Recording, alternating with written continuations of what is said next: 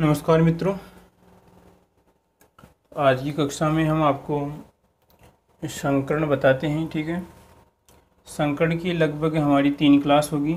वैसे कुछ नौजवानों की लगभग एक ही क्लास हो जाती है। ठीक है, यानी कुछ टीचर्स की। ठीक है, परंतु हमारी यहाँ पर लगभग 3 क्लास होगी।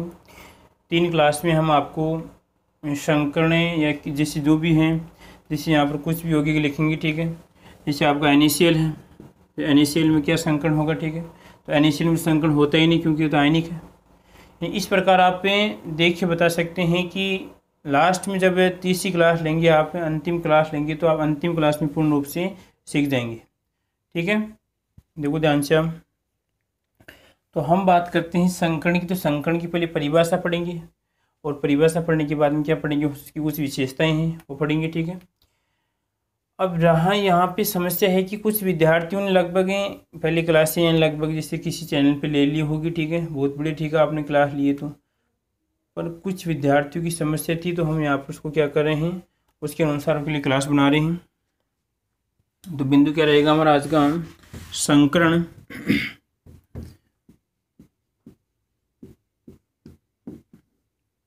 ठीक है, क्या कहते हैं इंग्लिश में से, हाइब्रिडाइजेशन कहते हैं। ठीक है, संकरण का मतलब है, अगर हम देखो इसको पहले समझना ज़रूरी है। ये नहीं कि हम यहाँ पे भग जाएं कि डायरेक्टली हमें निकालने, अरे वो बात आप छोड़िए, क्योंकि ये नहीं कि आपको केवल पास ही करना है इसको, आपको चीज़ को बारीकी से समझना है। ठीक है, तो यहाँ पे देखिए आप, संकरण का मतलब होता है कि जैसे मान लीजिए आपकी 2 जातियाँ हैं। क्या आपकी 2 जातियाँ हैं, और वो 2 जातियाँ कैसे आपकी अलग अलग हैं। जैसे मान लीजिए आपका A और आपका B है, आपका क्या है, A और B है। यहाँ पर 2 अलग अलग यहाँ पे जातियाँ हैं। इन दोनों को जो मिलने का जो तरीका है, मिलने की जो विधि है, वही क्या कहलाती है आपकी यहाँ पर संकरण कहलाती है। क्या कहलाती है आपकी, संकरण कहलाती है। कौन से तरीके से मिल रहा है, कौन से तरीके से मिल रहा है, यहाँ पे हमारा तरीका कौन सा रहेगा।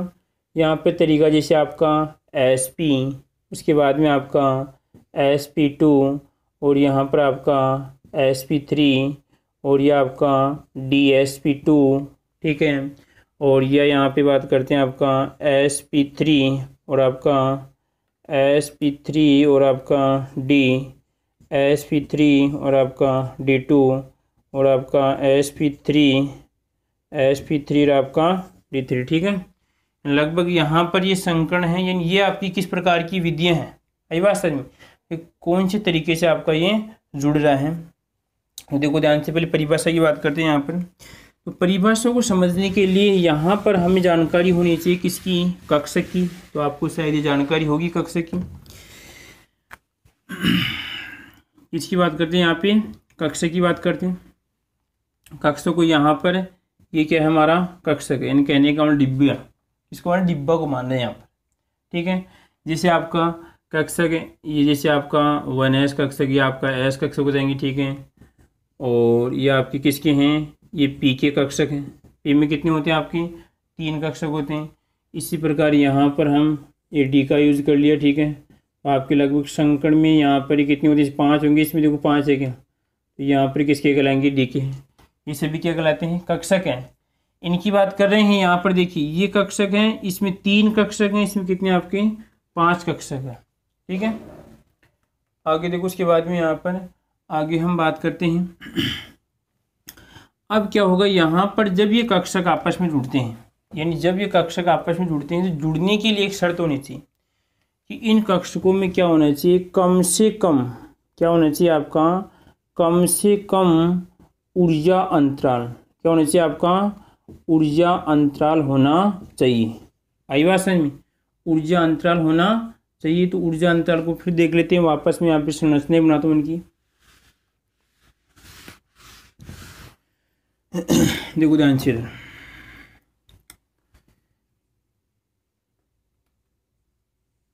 2 कक्षक मैंने ऊपर बना दी और 3 कक्षक मैंने क्या बना दी, नीचे बना दी। ये 3 कक्षक क्या कर दिए मैंने, नीचे बना दी। अब इन कक्षकों को जोड़ना है, क्या करना है, इन कक्षों को जोड़ना है। और जो जोड़ने का जो तरीका है वो क्या होगा, हमारा संकरण होगा। ठीक है, परंतु जोड़ेंगे कभी, अब ये थोड़ी भाई ऑटोमेटिक जोड़ देंगे इसमें। तो जोड़ने के लिए है कि पहली शर्त तो होनी चाहिए कि इनके मध्य जो ऊर्जा अंतराल है, ऊर्जा अंतराल वैसे इलेक्ट्रॉन वोल्ट में निकालते हैं, तो ऊर्जा अंतराल क्या होना चाहिए, कम से कम ऊर्जा अंतराल होना चाहिए, कम से कम ऊर्जा अंतराल क्या होना चाहिए आपका, ऊर्जा अंतराल। अगर हम यहाँ पर इसके अपेक्षा अगर कोई दूसरे कक्षक हैं, उन कक्षकों में संकर्ण होने की संभावना अधिक होगी जिनमें क्या होगा, ऊर्जा अंतराल कम से कम होगा। ठीक है, अब यहाँ पे ये जो कक्षक हैं आपस में क्या होंगे, इस प्रकार जब जुड़ेंगे, जुड़ने के बाद में क्या करेंगे, समान कक्षकों का निर्माण करेंगे। क्या करेंगे, समान कक्षकों का निर्माण करेंगे। ठीक है, समान कक्षकों क्या करेंगे, यहाँ पर निर्माण करेंगे। ठीक है, अब समान कक्षक तो यहाँ पे देखो एक कितने इसमें 5 है, 1 2 3 और कितने आ गए आपके 4, 1 2 3 4 5, तो यहाँ पर भी कितने हैं ये 5। दूसरी बात यहाँ पर जब इनकी ऊर्जा अधिक है, इनकी ऊर्जा क्या है, कम है, इन थोड़ी बहुत इससे क्या है ज़्यादा होती हैं, तो आपस में क्या करेंगे, ऊर्जा को क्या करेंगे, पुनर्व्यवस्थित करते हैं, बैलेंस कर लेंगे। बैलेंस करने के बाद में यहाँ पे समान ऊर्जा की, यानी यहाँ पे क्या है, ये समान ऊर्जा के कक्षक हैं, समान ऊर्जा के कक्षक हैं। ठीक है, पहले क्या बताया मैंने आपका, जब कक्षक मिलते हैं तो समान ऊर्जा के कक्षक बनाते हैं, कक्षकों की संख्या भी क्या है यहाँ पर समान है, और इनकी जो आकृति है, इनकी जो आकृति है, आकृति की ऐसी आकृति नहीं होती, आकृति जैसे ऐश की आकृति कुछ इस प्रकार होती है, और यहाँ पर कुछ यहाँ पे पी की क्या होती है, डमलाकार होती है, डी की यहाँ पर डबल डमलाकार होती है। ठीक है, तो यहाँ पर ये दोनों आकृतियाँ मिलकर क्या होती है, एक समान आकृतियाँ क्या करती है, इस प्रकार कुछ निर्माण करती हैं। तो हम उसकी यहाँ पर बात करने केवल यहाँ पे समझने के लिए क्या करना है कि यहाँ पर क्या करते हैं, समान ऊर्जा की और आपका समान आकृति और यहाँ पर आपकी समान संख्या क्या कहलाएगी, आपकी समान संख्या। ठीक है, यहाँ पर जब दो या दो से अधिक कम ऊर्जा अंतराल वाले कक्षक हैं, आपस में ऊर्जा को पुनर्व्यवस्थित करके समान ऊर्जा, समान आकृति और समान संख्या में नए कक्षकों का निर्माण करते हैं। उन कक्षकों को हम संकरित क्या कहते हैं, संकरित कक्षक कहते हैं, संकरित कक्षक कहते हैं। ठीक है, कोई दिक्कत किसी को इसमें। और यहाँ पर इस विधि को हम क्या कहते हैं, इस विधि को हम संकरण कहते हैं, इस विधि को हम क्या कहते हैं, संकरण कहते हैं। आई बात समझ में, परिभाषा होगा क्लियर किसी को इसमें, कोई दिक्कत यहाँ आती किसी को। ठीक है, आगे देखते हैं उसके बाद में संकरण की कुछ विशेषताएं हैं, तो विशेषताओं को देख लेते हैं। मुख्य बात है कि यहाँ पे समान ऊर्जा होनी चाहिए, समान आकृति होनी चाहिए, समान संख्या होनी चाहिए। अगर इधर 5 है इधर भी 5 होनी चाहिए, इधर 3 थे 3 होनी चाहिए, अगर 2 तो यहाँ पे 2 होनी चाहिए। ऊर्जा की समान होनी चाहिए, आकृति भी समान होनी, 5 या जो भी 4 है उसकी आकृति क्या होनी चाहिए, समान होनी चाहिए। आगे देखो उसके बाद में विशेषता की बात करते हैं। विशेषता है या कब संकरण होगा या कब संकरण नहीं होगा। तो पहला है कि जो आपके आयनिक यौगिक हैं, आयनिक यौगिकों में जो भी आपके आयनिक यौगिक हैं, आयनिक यौगिकों में संकरण नहीं होगा, संकरण नहीं होगा। आई बात समझ में। ठीक है, जैसे यहाँ पे उदाहरण की बात करें, जैसे मैंने बताया था आपका NaCl है, NaCl आपका आयनिक यौगिक है, उसमें आयनिक बंध है, तो आयनिक बंध तो यौगिक वैसे कहलाएगा आपका आयनिक यौगिक कहलाएगा। इसी प्रकार यहाँ पर जब ये आपका आयनिक है, एक देखिए आपका बेरियम क्लोराइड कहेगा, आपका बेरियम क्लोराइड, तो इस बेरियम क्लोराइड में आपका संकरण नहीं होगा क्योंकि ये भी क्या आपका आयनिक है। तो पहली विशेषता तो ये होगी क्लियर। इसमें विशेषता क्या है भाई, कहाँ पर संकरण होगा कहाँ पर नहीं होगा। अगली बात देखिए यहाँ पर संकरण कहाँ पर होगा, आपके उपसहसंयोजक यौगिकों में होगा, उपसहसंयोजक सहसंयोजक, ठीक है, उपसहसंयोजक में होगा। ठीक है, उसके बाद में आपका जो सहसंयोजक है, उस सहसंयोजक से और आपका ये संयोजक से संयोजक यौगिक में क्या होगा, आपका संकरण होगा। जैसे यहाँ पे उप सहसंयोजक में आपका ऑक्सीजन है, तो ऑक्सीजन में आपका O3 यानी O3 की बात करते हैं तो सॉरी ओजोन में आपका संकरण होगा, क्योंकि उसमें उप सहसंयोजक बन पाया जाता है। इसी प्रकार आपका जैसे सहसंयोजक आपका CH4 है, तो CH4 में आपका होगा संकरण। ठीक है, आई बात समझ में? कोई दिक्कत इसमें, कोई समस्या? ठीक है, यानी उप सहसंयोजक और आप सहसंयोजक यौगिकों में संकरण होगा, जबकि आयनिक यौगिकों में आपका संकरण नहीं होगा। कितनी विशेषताएं होगी आपकी? 2 विशेषताओं की हमने बारे में पढ़ लिया। आगे देखिए उसके बाद में कहाँ पर संकरण होगा, कहाँ पर संकरण नहीं होगा। अगला कहता है कि संकरण में जब संकरण होता है तो यहाँ पे समान कक्षकों में संकरण नहीं होता है। जैसे S में कभी संकरण नहीं होगा, PP में कभी संकरण नहीं होगा, DD में कभी संकरण नहीं होगा। DD में भी क्या होगा, आपका संकरण नहीं होगा। आई बात समझ में? यानी असमान कक्षकों में क्या होता है, आपका संकरण होता है। जैसे यहाँ पर आपका SP में होगा और आपका SPD में आपका संकरण होगा।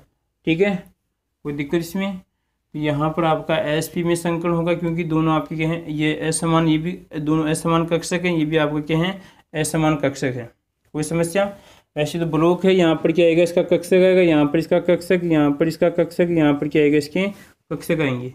तो असमान में संकरण होता है, जबकि समान में आपका संकरण नहीं होता है। अगली देखिए विशेषता। अगली विशेषता है कि संकरण में कक्षकों के मध्य कम से कम ऊर्जा अंतराल होना चाहिए। कम से कम ऊर्जा अंतराल होना चाहिए, इस बात का हमें ध्यान रखना है। क्या होना चाहिए? कम से कम ऊर्जा अंतराल होना चाहिए। जैसे यहाँ पर एक क्वेश्चन है, किसमें संकरण होगा? ठीक है, पहला ऑप्शन है आपका 1s और आपका यहाँ पर लिख दिया मैंने 2s। ठीक है, इसी प्रकार यहाँ पे दूसरा ऑप्शन देखिए आपका 2s और आपका 3p। तीसरा ऑप्शन लिख दिया मैंने आपका 1s और आपका 2p। और चौथा ऑप्शन लिख दिया मैंने आपका 2s और आपका 2p। तो किस में संकरण होगा? किसमें संकरण होगा? बताओ फुर्ती से बताओ, किस में संकरण होगा? देखो ध्यान से इधर, इसमें संकरण नहीं होगा। क्यों नहीं होगा? क्योंकि यहाँ पर ये भी S का कक्षक है, ये भी किसका, आपका SS का है, संकरण नहीं होगा। इन दोनों की बात करते हैं तो इनमें ऊर्जा अंतर अधिक है। इसमें यहाँ पे इसकी 2 ऊर्जा है, तो इसकी कितनी हो जाएगी, आपकी 4 है, तो कितना आ रहा है आपका 2 ऊर्जा अंतर आ रहा है इसमें।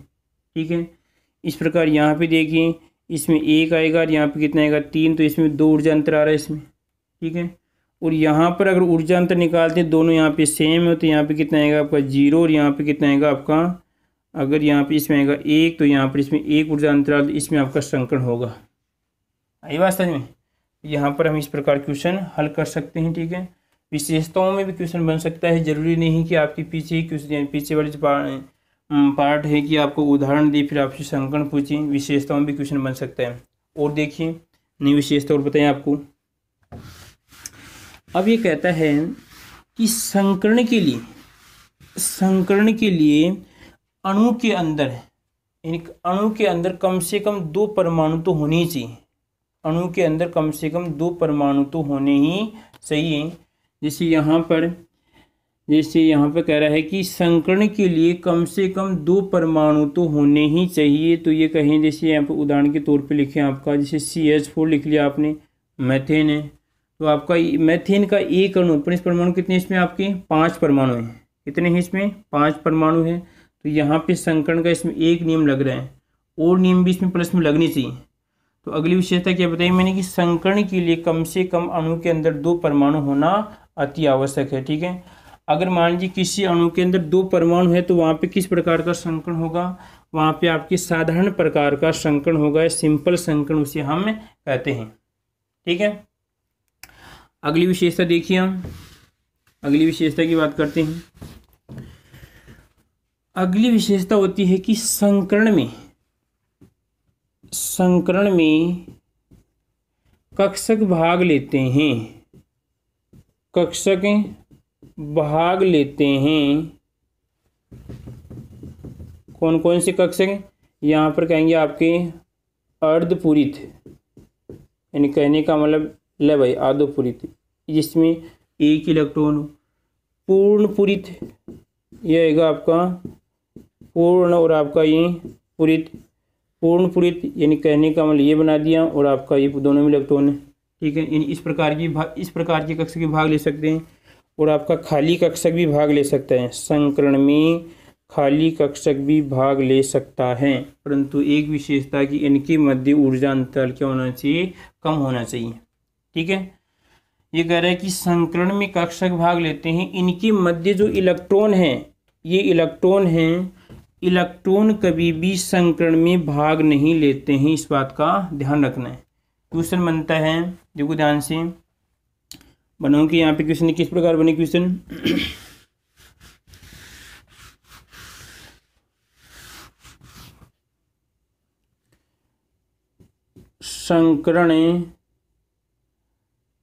संकरण में भाग लेते हैं, तो यहाँ पर आएगा आपका आयनिक यौगिक।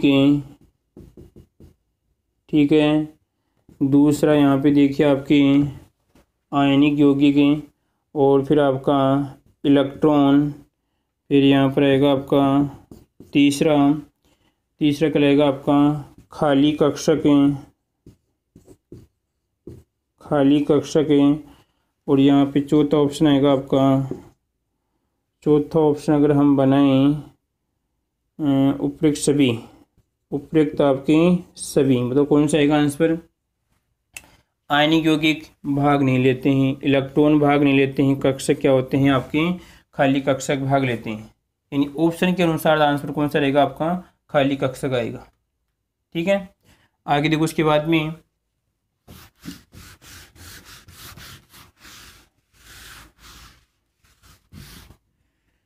यहाँ पे जैसे मान लीजिए मैं कार्बन का इलेक्ट्रॉनिक विन्यास लिखता हूँ, कितना आएगा आपका? 1s2 आएगा, उसके बाद में 2s2 आएगा, और आपका कितना आएगा? 2p2 आएगा।